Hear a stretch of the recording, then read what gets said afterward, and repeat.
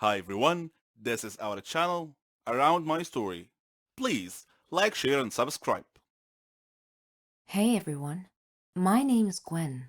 My story is different from anything you've ever heard before in your life. We all have grandparents, and we all love them very much. When they die, they leave an empty space in our hearts. It's never easy. My grandpa died a year ago. Before he died, he left me an old weird looking chest, which I never thought to open before, until today. I opened the chest, but all I found in it were two pieces of paper. One of them had only two words, Grandpa's house, and the other had a map drawn on it. I thought for a while. Then I decided to go to my grandpa's old house and check things out. So I went to the house. As I took out the key to open the door opened wide. There was no one else there. I was scared, but I was curious to find out more about the map. So I went in. As soon as I got inside, the door slammed shut behind me. I was shocked and scared, but I wasn't gonna back out now. The house looked so creepy and eerie, like it was abandoned for 100 years, and it felt so cold, cold, like standing on ice. I opened the map in my hands and looked around. It showed the inside of the house. I followed the path till I reached a door. When I stood in front of it, it opened slowly on its own. Terrified, I took 2 steps back, but I glimpsed a shadow inside, so I moved forward. I stepped in, but with nothing under my feet, I fell, rolling over down the stairs. It wasn't a room, it was the basement. I tried to get up, but there was something on my legs. Of course, it was too dark to see what it was. Every time I take it off, it falls back again. I looked for my phone, but it wasn't in my pocket. Oddly enough, when I looked again, it was there. I took it out, and I turned on the flashlight, and there was my surprise. On my legs was the bony arm of a skeleton. I kicked it away and stood up quick. I lit around the room with my phone, but it was full of skeletons all over. Of course, no need to tell you I was scared the heck out of my wits. What happened next was beyond the understanding of an average person. The eyes of one of the skeletons turned bright red, and they were staring right at me. My feet started moving backwards automatically, and I found two bony hands clasping my neck. I freaked out, but then, suddenly, all the skeletons moved and stood in 2 lines, clearing a path for me. The map in my hand was glowing and indicating a place in the room. I moved towards it, slowly, as my knees buckled together. There was a huge chest. When I opened it, I found a ton-load of money. Strangely enough, all the skeletons had disappeared, and the furniture in the room was floating around the air. I got scared, and I ran for it, but I came to the stairs, and I found the door locked. It wouldn't open. The skeletons appeared around me once again, and they were pulling me off the stairs. I soared through the air and landed on the chest. Then I was out cold. When I came to, I found myself inside the chest, like it was a coffin of some sort, and I was lying inside, feeling numb all over. I could see the sky, but it was cloudy. I felt like I was being buried. Then I heard a voice. It said, "Welcome to your grandpa's treasure." This is what happens to people like me, dumb people like me who follow a stupid map to look for their grandpa's worthless treasure. They'll tell you their stories from their graves. I am Hannah, 25 years old, living with my mother and my little son, Felix. Felix is 6 years old. Do not be surprised that I am young and have a son.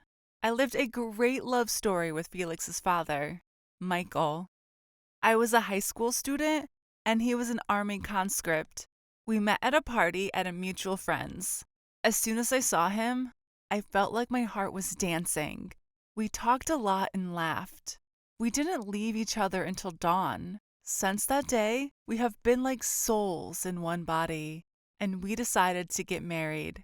My family objected, a lot because I was still young. But Michael supported me, and convinced me that true love must end with a happy marriage. We got married, and I lived the best year with Michael. We got the happy news that I was pregnant. Michael was full of happiness.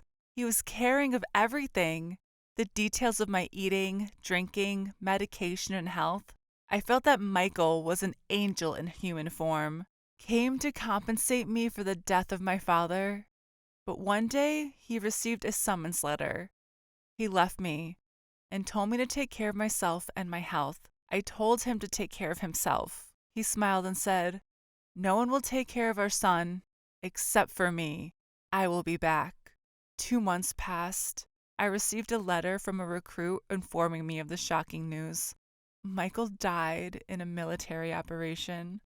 Do you know when you feel that time has stopped you? That lost sense of life and decided to commit suicide more than once, completely forgetting what was in my belly because of my great sadness of Michael. And without my mom, I would have committed suicide. Mom stood by my side and encouraged me to go through the stage. And she told me that Michael had dreamed that his son would be delivered safely and that I would protect him. I got over my shock and began to take care of my health and my coming son. And on a great day, Felix arrived, as if fate had decided to reconcile with me and send Michael again. Felix was a mini replica of Michael, the same laughter, the same tenderness as me, but Felix was very naughty. Naughty in a tired way. He loves to run and try anything. He could put himself in danger, and I had to be focused with him all the time and care to save him if he hurt himself. Year after year, I see him growing up in front of me. Michael's dreams of him growing up with him. As he grew up, his naughtiness grew with him. It is very normal to find a nail in his hand and he tries to insert it into an electrical plug, or he tries to climb out of the balcony wall. I move it at the speed of supermothers and save him, and I catch him at the last second. This was a summary of my life while he was growing up, until I was exposed to the most difficult situation any mother could go through. Their son's life is in danger. And before you can accuse me of negligence, I admit my mistake. But first listen to what happened. Before anything, Mom was traveling for my sister, and I was used when I go shopping to get anything, to leave Felix with her, to take care of him, and she honestly used to make every effort with him. On that day, she was not there. I had no solution other than taking him with me. I will not tell you about the tormented journey while dressing him. We were getting down the elevator, and he was trying to press its buttons. The elevator guard was also trying to stop him with me. By some miracle, we arrived and moved. I will not tell you what we did while we were in the supermarket, but I will tell you briefly that it was a disaster by all standards. We all joined as women in the market to prevent him from messing the shelves. Felix is a real moving machine of destruction. I was thinking of the return trip. After accidents that don't need to be explained, we returned home. The elevator guard ran quickly to help me. Felix was bothering me more. He moved, left the elevator door open, and came to help me. Suddenly, I didn't notice the catastrophe that was seconds away from happening. Felix saw the elevator door open. He ran quickly and entered inside. I noticed him at the last second while he was pressing all the buttons. With my screams, the door closed. I ran and left everything. I was pressing the buttons, trying to open it, but it started to go up. I didn't know what to do, especially since every little bit the direction changes up and down. Suddenly, another catastrophe happened. The electricity was cut off. The signal disappeared at once. The guard was very shocked. I literally felt that my soul was coming out, and we did not know which floor he was stuck in. We started to call out, but unfortunately there was no response. The fear now is of more than one thing. Felix could suffocate in the elevator because of the lack of ventilation. And the cursed problem that the guard said is that the elevator cables needed maintenance. So at any moment the cables could collapse, and at that time he will descend. I closed my eyes when I imagined the situation in this way, and said to the guard that we have to save him by any means. The guard told me that we have to know first on which floor. We ran up the stairs as crazy people. Every floor I knocked on the door and called out to Felix until we reached the 11th floor. I knocked on the door, feeling that my heart would stop with terror, and called out with all my might, Felix! Felix! I heard a weak voice calling and saying, Yes, Mom, I'm here. I'm afraid. What I was afraid of happened. Felix is stuck between the 11th and 12th floors. If I do not find a solution quickly, the matter could be much more dangerous. The guard asks me, What are we going to do? I told him, I will rescue him in any way. He said, Impossible. He is between 2 floors, and we need someone to locate him exactly. I shouted at him and told him that if we wait for the fire department to come and save him, his life will be in danger. Please help me, especially since time is running out and we have to move very quickly. We got to the 11th floor. He said it is an attempt to get someone into the elevator, and I'll try to pull him with a crowbar to any of the 2 floors, but I'll open the door, and that's how the problem will be solved. It is theoretically possible, but practically, I don't know whether it will work or not. I told him, Come on quickly, I will enter the elevator. He said, but the jump is very dangerous. I told him that my son's life is more important than me. He grabbed a piece of iron with which he opened the door, and I looked to find that it was not small distance to the top of the elevator. He said the elevator was a hole above. Take this to open it. I told him I'll try. I started to put my feet down and go down slowly towards the elevator. Suddenly, I felt something pass over my hands. It was a mouse. I screamed and suddenly left my hands. I was falling on the roof of the elevator and the guard was screaming and telling me to be careful. The elevator swayed hard, and I heard Felix scream from the inside. He was saying, Mom, what is happening? Save me! I told him, Don't be afraid, Felix. Unfortunately, the iron piece fell for me when I fell, and I didn't know how to open it. There is a lock on it. I started hitting it with my legs forcefully, but with every hit, the elevator was vibrating more, as if it going to fall. I don't know what to do, and it is getting more serious. I looked at the sky and said, My God, help me. I hit the lock.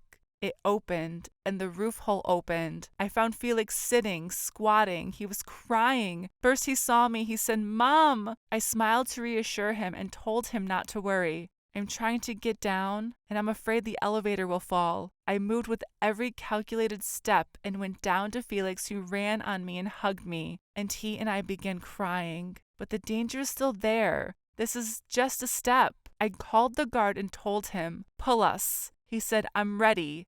I moved quickly to the spinning wheel to move the elevator. The elevator shook hard and started to descend at a frightening speed. Felix and I were screaming inside, and the guard was saying, No! Suddenly the light came back on again, and the elevator stopped. Felix and I opened our eyes, and we couldn't move.